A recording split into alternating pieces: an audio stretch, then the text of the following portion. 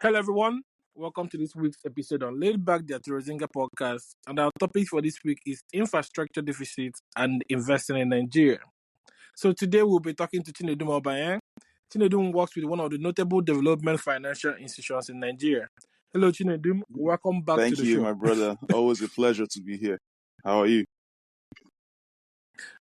I'm good. But how does it feel to be back on the show now? I'm excited actually, because yet again, I remember the first time I was here. You asked if it was my first podcast, and I said it was. Now this is my Yeah. second podcast, so uh, meaning that this has only been the only podcast I've always had. So it's pretty much exciting, and I'm glad to be here, and I'm glad that the podcast is still here, and I can't wait for what next it brings for us. Yeah. Thank you. But what are your expectations for today? Like looking back, reflecting on the first podcast you did, and now this is your second one. What are your Oh well, expectations for it's today pretty then? simple. The continuity of growth. It's from the podcast we've had. Listening to the other ones, after my own first podcast, is been growth. I've seen consistency. I've seen growth. I've seen innovation, which has also led to a wider range of audience. And I'm glad for what it's organic. It's simple, but yes, it's very sustainable.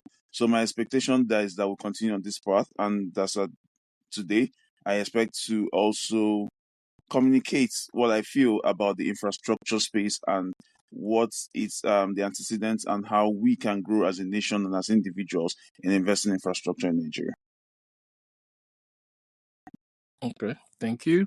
So let's start by talking about how the governments are always saying we're running deficits. But in your own words, when we say infrastructure deficit, what do we really Well, mean? it's I think it's a sad story. Let me start by saying that. Let me not even break it down as mince words about it. It's a very, very sad story, in Nigeria. The infrastructure deficit in Nigeria as of today is amounting to about 30% of our GDP. So, when I Mhm. mean our GDP is about, say, 27 trillion. Now we have about 30% deficit of that in infrastructure. The World Bank said Nigeria has to, not the World Bank, sorry, the IMF said Nigeria has to have at least about 6 trillion naira every year allocated to infrastructure for the next 25 years if we must make up for this deficit. So we're long way from home. For a place called the Giant of Africa, for a place called the Pride of the Continent, the deficit is a lot. And what do I even mean by deficit, really, in terms of infrastructure? Nigeria has a population of about 235 million people plus going on now.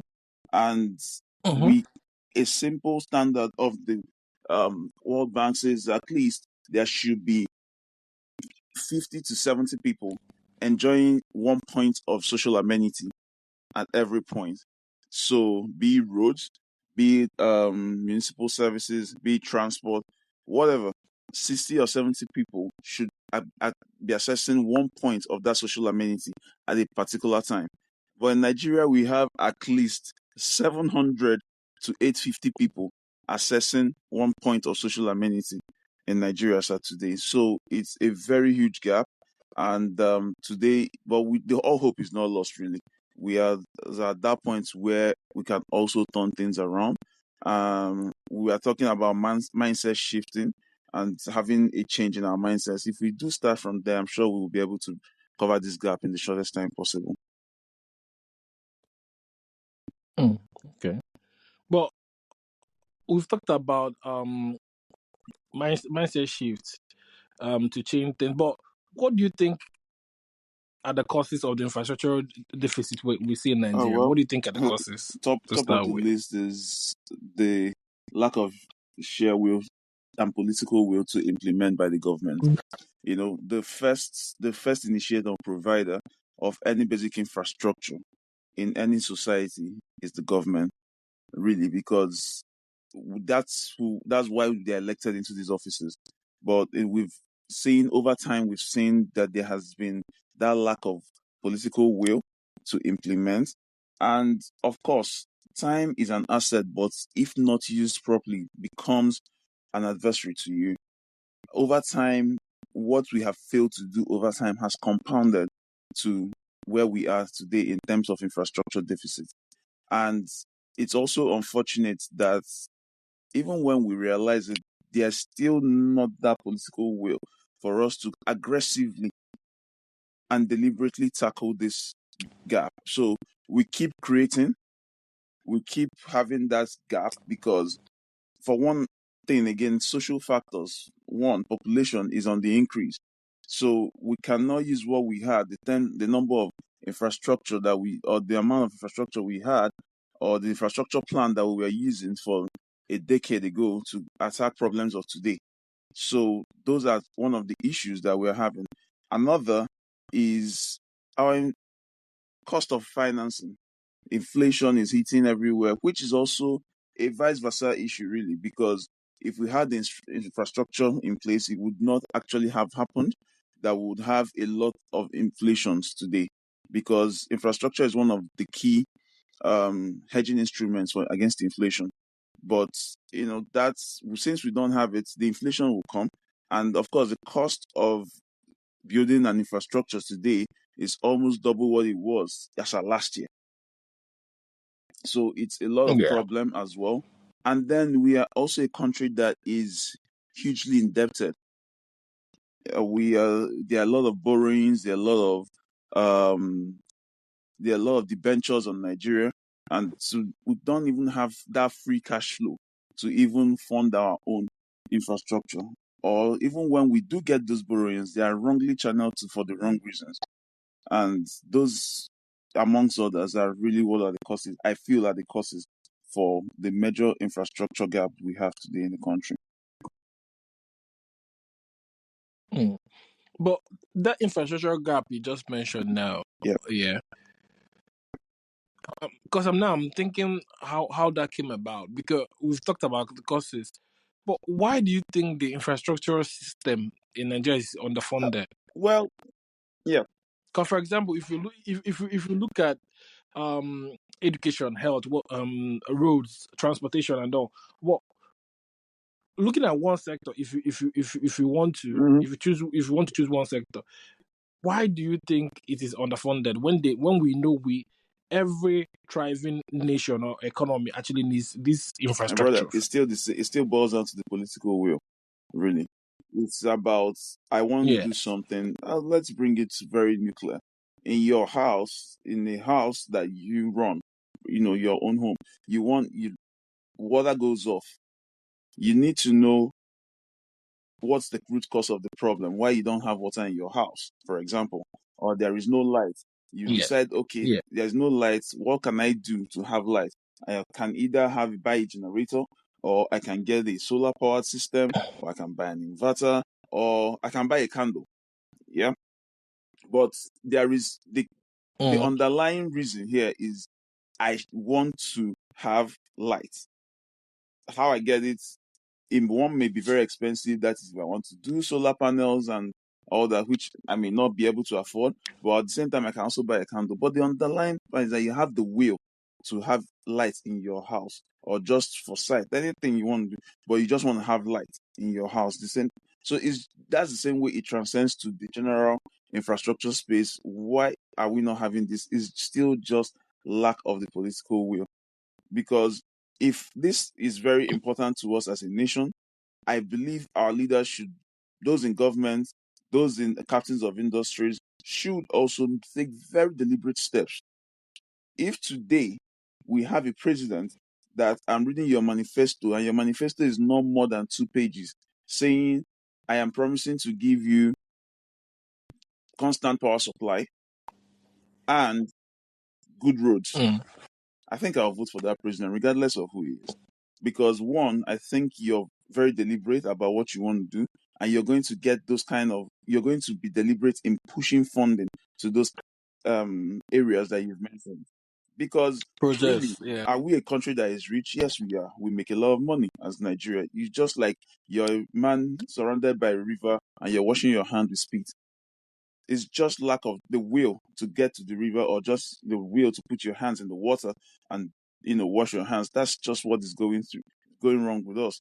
But like I said, in time, and really we're also seeing some bit of awareness, some bit of dexterity in terms of, because really if you don't have this, eventually one day everything will degenerate. It's already happening to us. The ones that we could not fund, or the budgets that we could not push to this infrastructure in years past, that is what is affecting us today. You're aware that a lot of companies are pulling out of Nigeria and saying, we can't do, because the environment is not conducive for them to do business. And that's the major contributor of this thing is because of the lack of infrastructure. Most of these guys are paying a lot. You have the so-called band A guys paying a lot for energy for their industries. They don't even have good roads to transport the products that they are selling or they manufacture to the end users. They don't even have a good transport system. Even if they are using their own logistics, they are going through a lot of problems. So you see, all these things are stifling businesses. And if the big guns are leaving, imagine what the small, medium enterprises are facing as well. So it's a lot, but back to your question, let me not digress a lot. The reason is simply the lack of political will. Okay.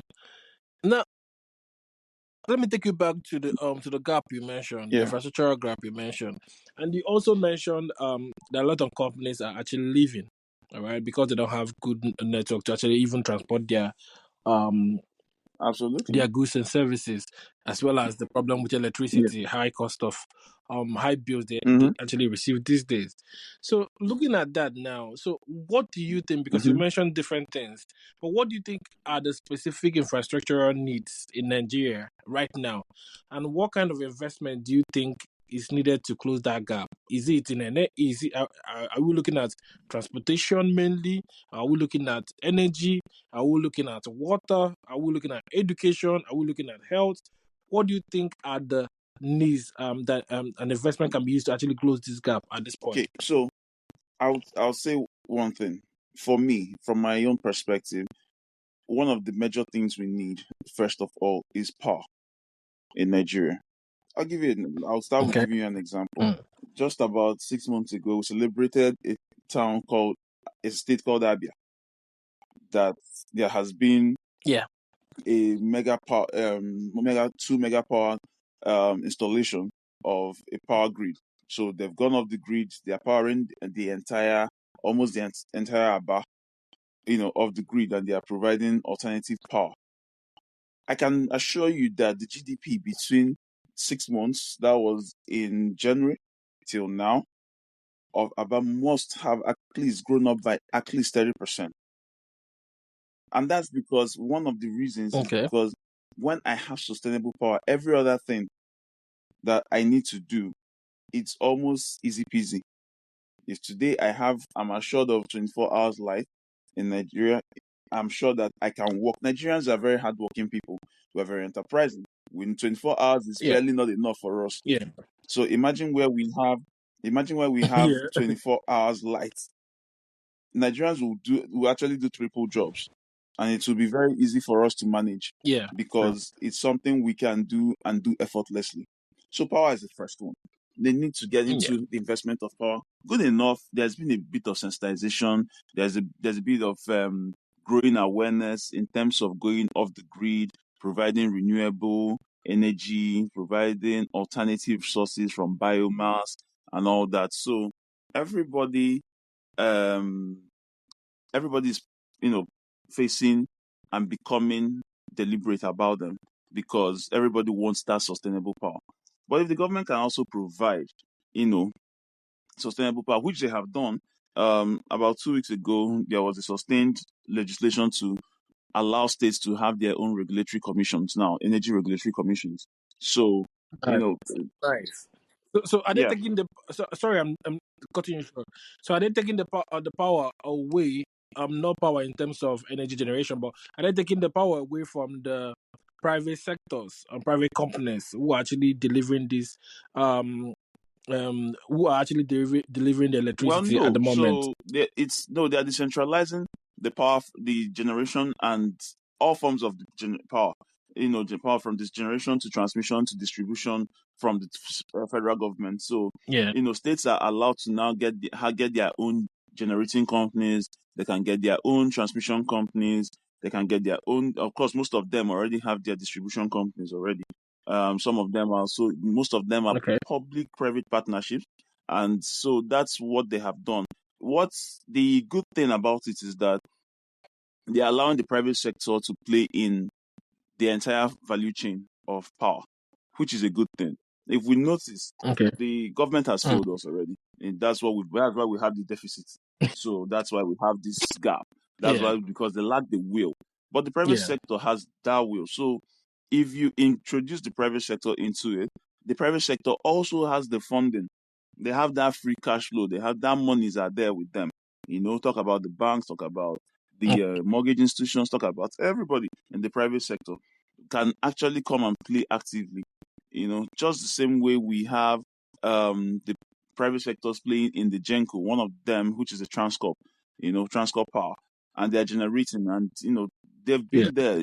Look at from 5 years ago, their shares and earnings have increased by almost 210% thereabout, and that's a lot of money for Mm-hmm. investors that came in. So imagine if you had bought Transcorp Power shares 5 years ago at maybe uh 15 naira per share.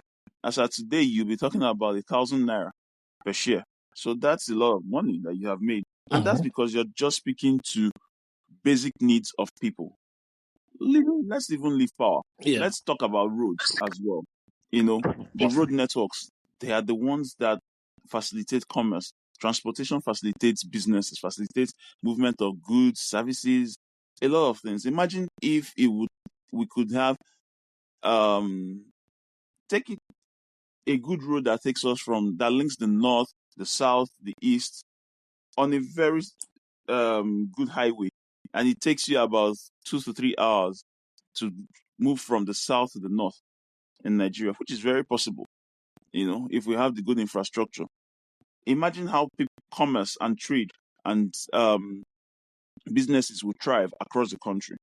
Even the insecurity we are talking about today True though. would be greatly reduced if we have good road infrastructure, really, because people will freely move.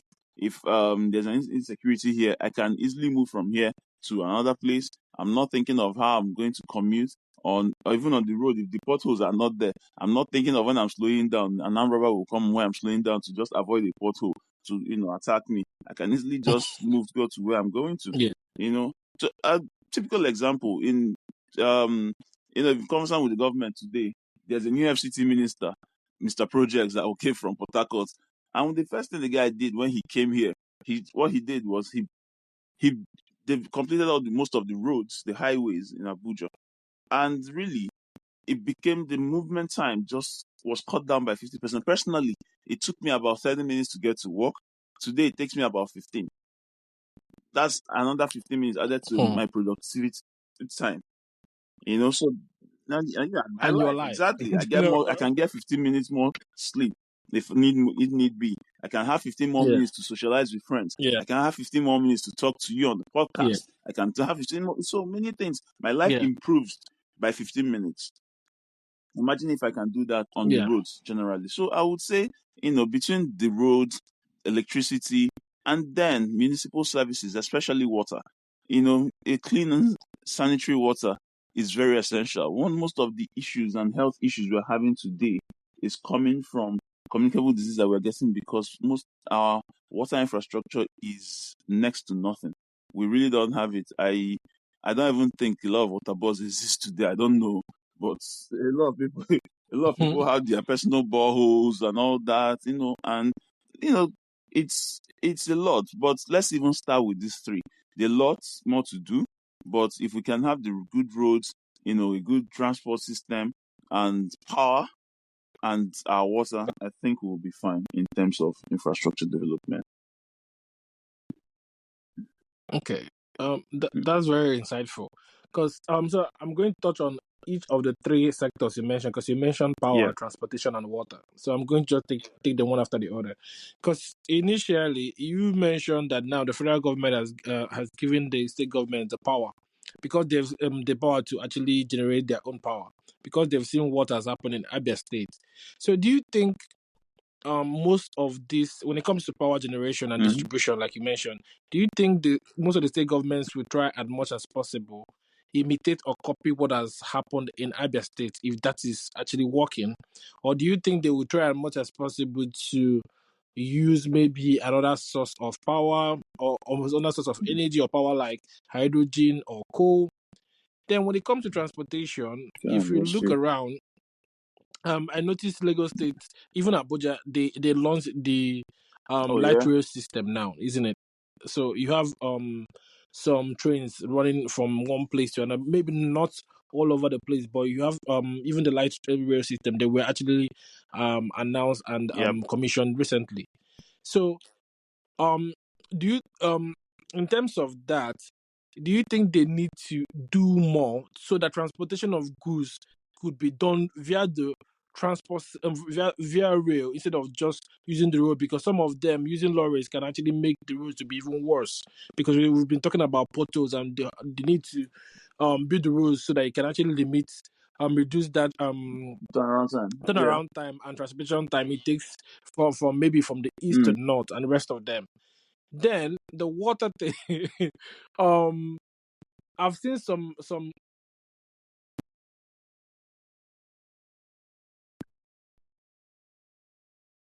They are working on trying as much as possible to generate water for their Mm. constituents as well. So bringing them all together, all right. So what do you think now can be done? Do you think since do you think the state governments, the governors in charge of different states, do you think they can actually form like a coalition to see how they can actually help each other? If the Enugu state government is working on water, Abia state is working on power, do you think they can actually collaborate and see how they can help each other and transfer water from Enugu to Abia, and Abia will help them to actually generate more Yeah. electricity in Enugu? Do you see what I mean? And see Uh, how they can help each all other. right. It's really a simple thing, because Yeah, the biggest fires ever started with a spark, really. And Abia yeah, State, in terms of coming to electricity, Abia State is a success story. I think they have done well. There's still more to do, but there is a roadmap. You have seen how this was done. If I were the other governments or the other governors, there is just a case of replicating what they have done in Abia State. These things are not rocket science, really. It is not so, and these are actually the rights of the people, because these are taxpayers' monies and they can fund this, really. So you have a roadmap to do this. It's yeah, as simple as you have ways that you can also communicate to these people and say, oh, how did you do this? You also have your forums. There are governors forums, there are Southeast governors forums, all those things. These are places where you're expected to exchange ideas in terms of growing this. And at the same time, it's not also it's not only about having that handshake with other governors, and ensuring that getting their roadmap. You also need to be willing to allow private sector participation in. You must allow the private sector to participate, because the private sectors would unlock that capital for you. You know, infrastructure yeah, development yeah, is not, and that's another thing we also need to do. We need to also disenfranchise our minds from thinking that infrastructure developments are short term, and that's what is also making the governments to believe that, oh, we can't do this, because really, if I want to develop an infrastructure today, the returns I'm expecting, they are not short term, they are in the long term, but yeah, the government would always want anything that would take me more than 8 years to recoup my investment. I don't want to participate in it. My brother, I don't go, because I don't. Another person will come and yeah. discontinue it, and it's a and problem. and I'll Exactly. reap the benefits. Because if I can't reap the benefits, I Yeah, just want to go. But these are long term growth in potentials. But you also think about it. What about leaving legacies for your people? What about being that um, person that eventually will become the beacon of light and hope, and unlocking potentials in your state or in your country. Another example I can give you, even when private sector came in, was the Lagos Lekki toll gate was done with support of private partnership. Yeah, and there was a toll put on that gate, and there was a toll put on that gate, and it became, Yeah. if not for the NSAS, the tolls that have been collected, and people Yeah. will pay because it's for the benefit of the people, even if it's for a short term or for forever. We knew that toll gate was going to be there for a while, and people were going to reap off it. But nobody minds as long as I can pay for convenience, I can pay for comfort, even if it comes at a premium. You know, And you can see the exactly. difference your money makes. Exactly. So let's even talk about the light rail that you mentioned. How can we are transporting goods? Yes, of Yeah. course. Transport does not only mean the roads. You know, even in Lagos that had the water bodies. They did the Lagos ferry. That was an infrastructure development. People can actually ferry from one point to another. And it's even better. It doesn't put pressure on the roads. If you have the rails, they will commute people. In developed countries, a lot of people come and they work in other cities. They come, they park their cars at the train station, take the trains to the other city where they work, come back, pick up their cars. These are things that they also don't put a lot of traffic on the True. road as well. So, but my brother, me and you know Yeah. that if for that real, well, it's an Eldorado, sha, but let's let's just leave. But we'll get there. But let's even talk about the ones that we have, because it's a good thing that the rails are coming up. Yeah. But do I think that in the next 6 to 10 years there will be we'll have a fully functioning rail system in Nigeria? Well, we hope for the best. So in terms of the water, proudly we are happy to identify, and where I work also has identified with one of the governments in that also pushing water recirculation as well. And that's a very good thing because everybody needs water. Everybody needs good. It's one True. of the sustainable development goals, really. We are meant to have access to clean potable water, and it should be everywhere Yeah. for everyone. Water is a free gift by nature, so we should also have that. Yeah. And really, if we have water, potable water, there will be a lot of reduction in health issues. There will be better sanitation. There will be better productivity. And in fact, you will have a better society, really. But in terms of provision of Yeah. water,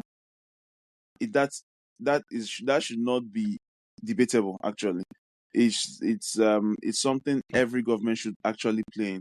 And in now talking about how we can get all three, it's all about the political will, the sheer power to say, okay, I want to do this. Example again, Abia State. Example again, the FCT.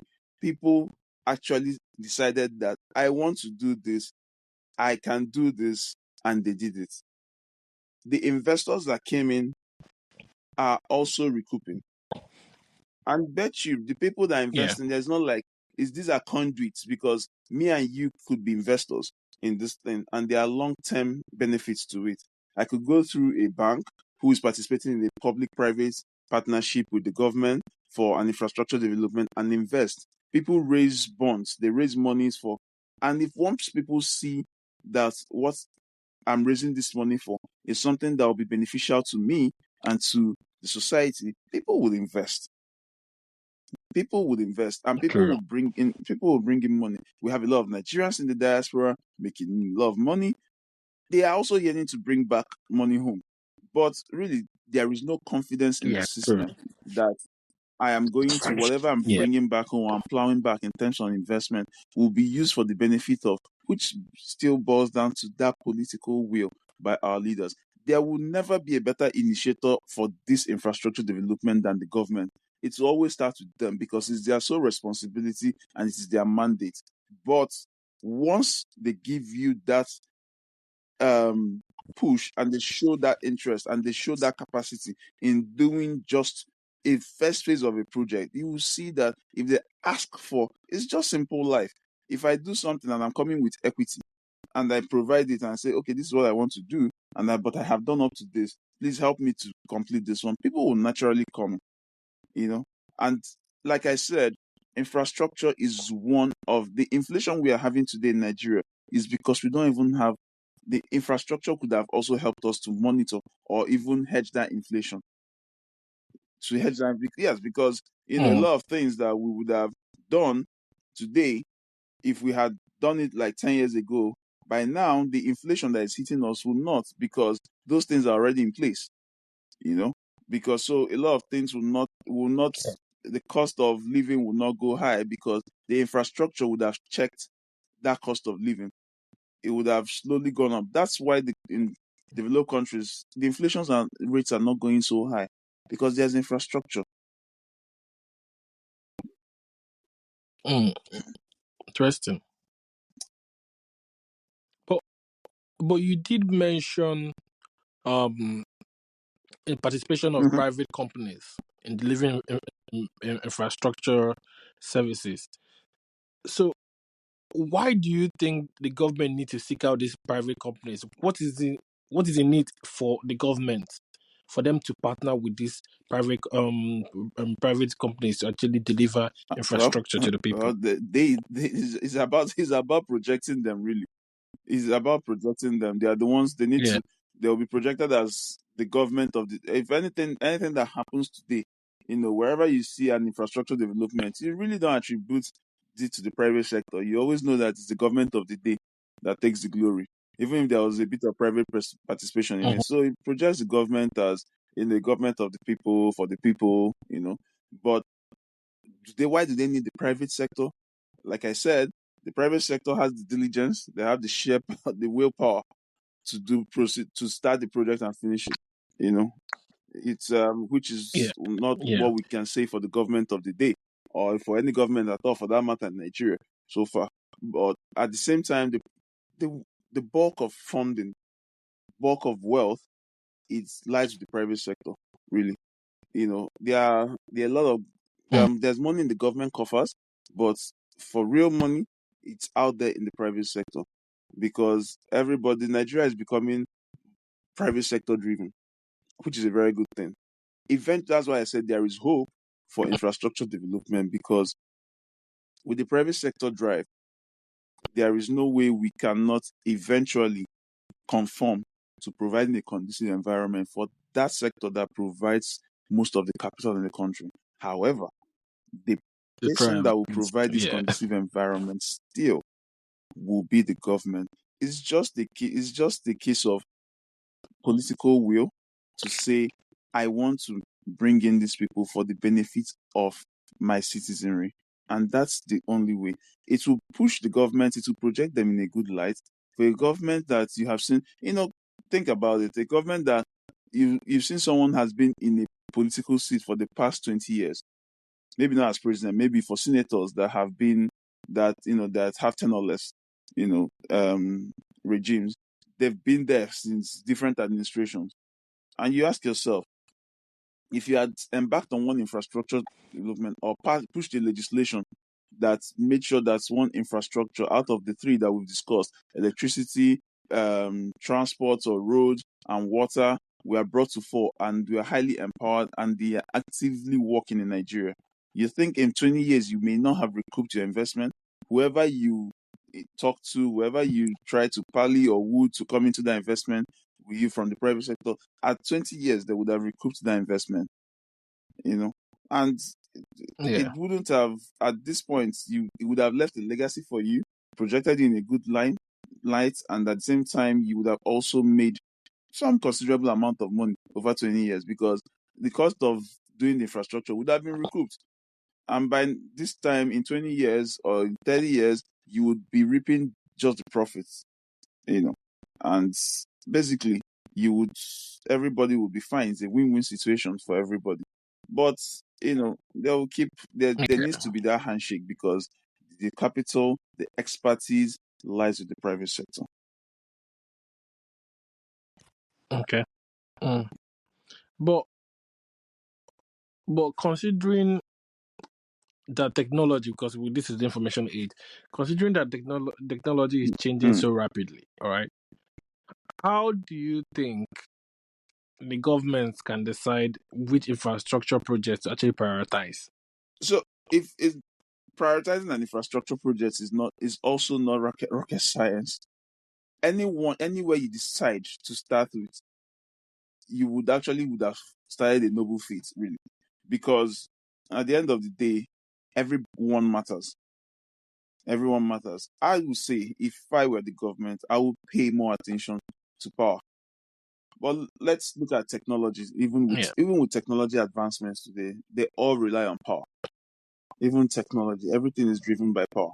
Your everything. So you might want to face power and make sure that there is available uninterrupted power supply. And you don't even need a lot of technology to in the information in this technology age for you to identify which one. You see the man on the street, how is he looking? Just take a random poll from people. Look at developed countries where people are moving to. Look at the japa rate in Nigeria. Why are people trying moving out? It's not, you Yeah. don't need technology for people to show you to know these things, because where people are also living, because there's better infrastructure for them there where they are going to. That's what creating the opportunity. So you Yeah. really don't. But if you want to say, okay, you want to take on one infrastructure or the other, it's fine. The journey of 1,000 miles, they say, it begins with one step. So if you want to make it take on all the infrastructure, starting with one, maybe power, water, roads, whichever one. I'm sure Nigerians would be very appreciative of any government. Like I said, if I have a president, someone that is running for office today, and his manifesto is just 2 point agenda, power and roads, I assure you, I will vote the person. Let it be that it shows me one thing: this person is going to be deliberate about what he's coming to do. It's not like he does downplaying the rest, but Mm. we are starting from somewhere, and at least he has that political will to start. That is where he has identified justice to, and when he does those kind of things, you see some places that people have also had that political will. For example, to do these things. For example, in Enugu State, where people are also enjoying good roads that were done like a decade ago. It's something that we didn't need technology then for him to identify that you needed good roads. It was just the sheer will of the people that wanted this. And when it was provided, people were happy. Everybody was happy. Governors performing, everybody's good. How he did it, we don't know. We don't really care. But at the point, if Yeah. we were asked to pay tolls at every road at that time, I'm sure we would have confidently, and nobody would have complained. But at the end of the day, what you're trying to do, let's not also forget, you're trying to also make sure that the citizenry are happy, you're boosting the economy, and at the same time, you're hedging against inflation. Okay. But Yeah. there's this statistics I saw Okay. by World Bank. They said that World Bank they said that research shows that every 10% increase in infrastructure provision increases output by approximately at least 1% in the long term. Okay. All right. So what do you think now? This is like linking this infrastructure development to Spurs. All right. What? How much do you think? Assuming Nigeria gets the right to host maybe Olympics or the World Cup, how much do you think that would lead to an increase in infrastructure provision? Because infrastructure are needed for to be put in place to make sure they can actually host these sporting events. So let me remind you of a particular time when we had Nigeria '99, and that Yeah. was the Junior World Cup that we hosted. You know that it's Yeah. still the same benefits of Nigeria '99 that we are living in till now. The stadiums that the How? stadiums that were Explain. the stadiums that were built then, are what people use Mm-hmm. at least for their various sporting events till now. That people still do sports and are very are looking at, they have a very good outlook on sports in Nigeria because we love a lot of sports and we're sporting people. It's still out of what we've had, the infrastructure that was built for Nigeria 99, and most recently in Abuja Koja, Yeah. when we had Koja, that was hosted in the FCT, the All African Yeah. Games. Yeah, in All African 2003. Games, that Yeah. was, those are the infrastructure that some people are still benefiting till today, because these stadiums, people still pay to use them. People still pay for Yeah. the, as dilapidated as they are, because there's, of course, let's not even talk about Yeah. maintenance culture. That's a story for another day. So they are dilapidated. Most of their resources are depleted, but people still pay. So there's still Yeah. revenue being generated from something that was done about 25 years ago. And bear in mind, these were not like new stadiums built. They were just renovated at that time for some of them. And look at the output we are having. So imagine if we had decided to maintain those standards from 99. It wasn't so hard. But if we had maintained it till now, we would have been looking at hosting the World Cup. It's not difficult.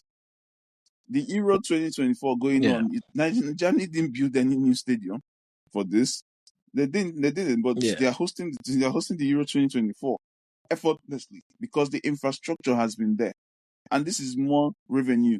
Let's look Yeah. at Qatar and see what's happening after the World Cup.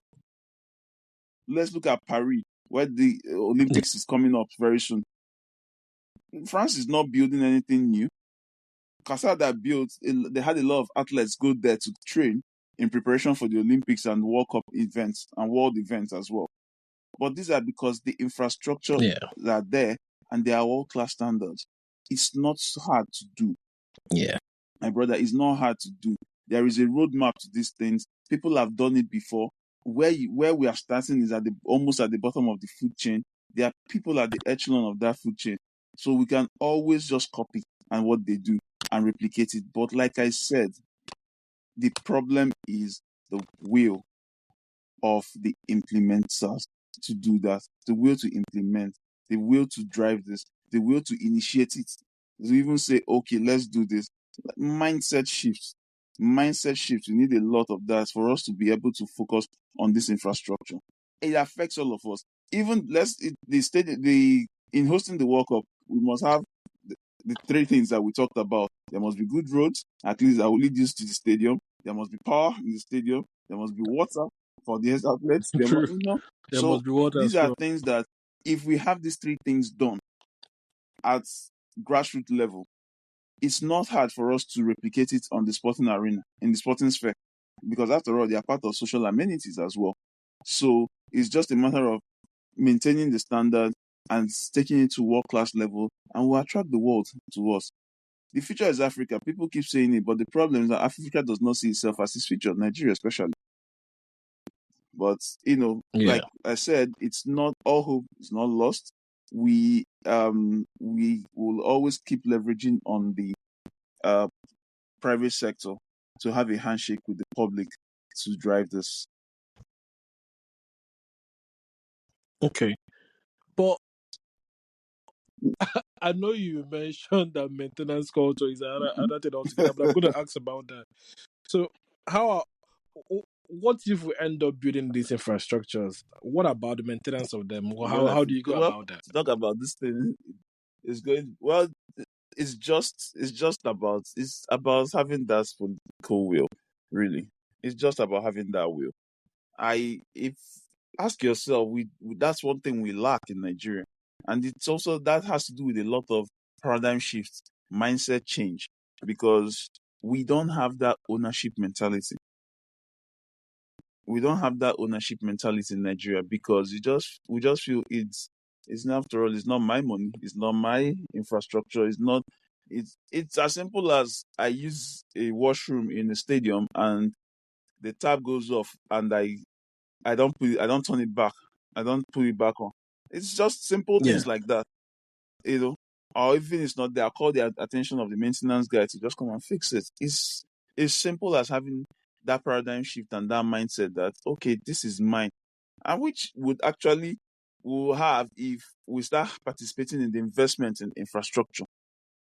If you and I contribute, if you and I put money, and the private sector participates a lot in infrastructure development, and you know that your money, I have returns in this particular infrastructure, the monies I'm getting is tantamount to the performance of this infrastructure.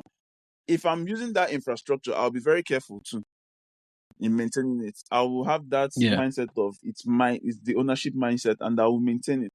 But when it's not mine, which is a Yeah. very poor mentality, if you ask me.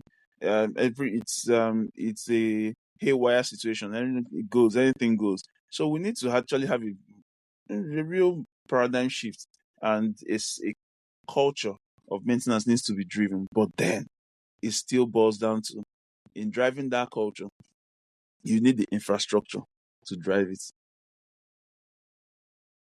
Yeah. I agree. But because of time, I'm going to ask you one final question. And like I always say, I Mm. want you to think about it. So, if you are given the chance now to collaborate with the government, since you've been talking about the government, because the main onus or responsibility lies on them to Absolutely. provide it for the citizenry. So, if you are given the chance to collaborate with them, to focus on just one sector, just one, not three, like you've been talking about water, power, and transportation, but just one, to set up the right infrastructure to drive investments in Nigeria, what sector would you focus on and why? Without a doubt, I'll face the power sector, really, because Yeah. power is everything, really. Um, I'll give you a story to end this with. There was a particular time where I live, there was no power for about a week plus thereabout.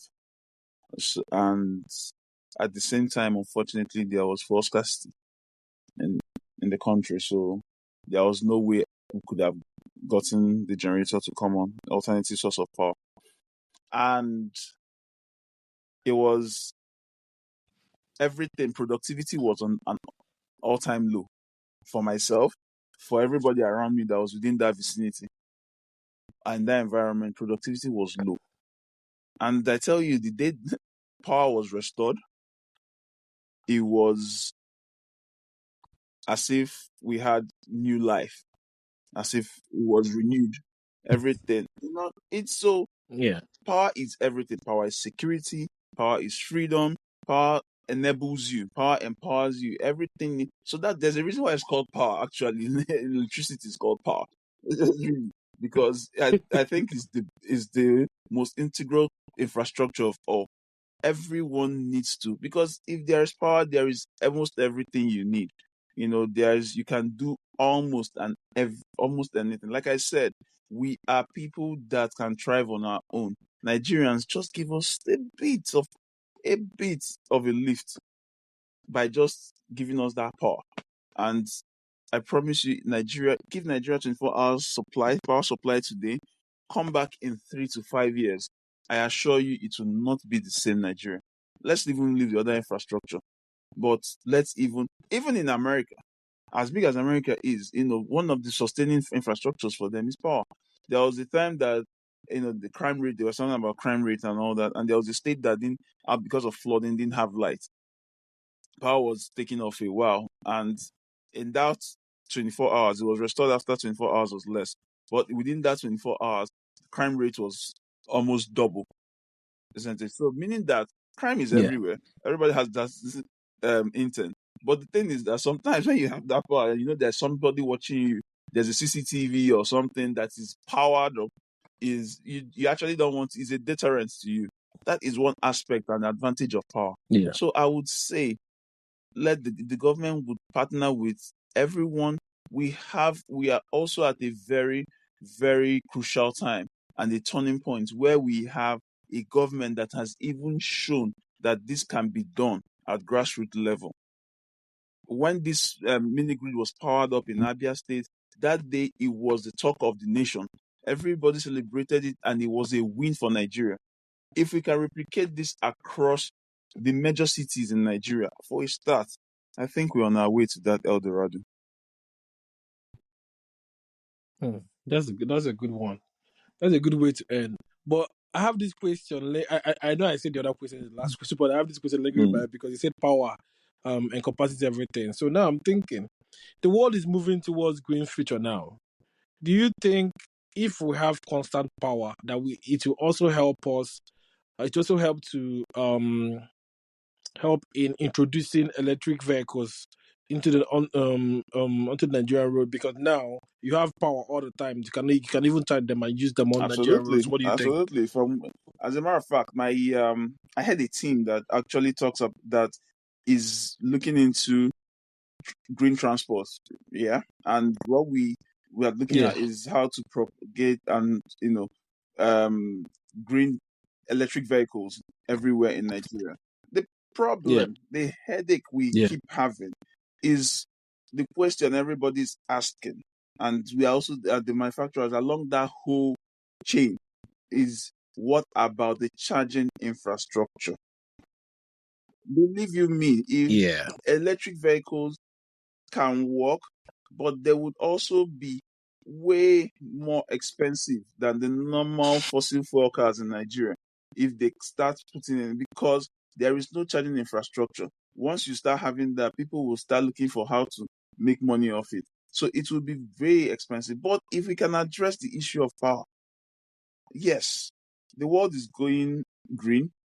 In fact, a lot of grants that are coming out today from notable financial world bodies are supporting green initiatives, from the IFC to the World Bank to mm, um, global funds, Green Climate Fund, so many of them that can be accessible. But the thing is, if we provide these vehicles in Nigeria, it will also ease our transport as well. But we need to have that power to have that charging infrastructure. But if we do have power, that the EV solution is quite ideal and will be easily adaptable in Nigeria. We will embrace it, we will use it, but first of all, we need to solve the power issue so we can charge. It's not when I'm driving, my car is running at 3%, and the next place I can charge my car is about 50 kilometers, and there's no power anywhere around me, and I'm stuck. So we can't actually do that if we don't solve the power issue. But the truth is, we are also fast embracing green energy. A lot of Nigerians are also having a lot yeah, of solar panels. They are going off grid, which is very applaudable. It's something that I know if we sustain the tempo, give it 5 to 10 years, Nigeria would also be a hub for green energy, and which would now allow us to fully adopt electric vehicles in Nigeria. yeah, yeah, yeah. Well, that's really really good because, like you said, electricity is important. If there's constant electricity, I think other things will work. Then it can actually lead to more and more innovations in different sectors, in other Absolutely, sectors as well. absolutely, True. 100%. Yeah, yeah. But on that note, this is where we're going to round off for today. Thank you so much, Nedu, for your insights It's on this always a topic. pleasure. It is always a pleasure. Thank you so much for having me. We look forward to another session with you, Definitely, man. we'll schedule another section this time around. This time around, maybe Oh we'll yeah, make it yeah, on yeah. video. It will be good to actually see you. Yeah, it will be good to see you. But thank Yeah. you so much for having me. Always a pleasure, my brother. Yeah. Uh, All right. Thank you so much. yes, sir. Have Cheers. a good one.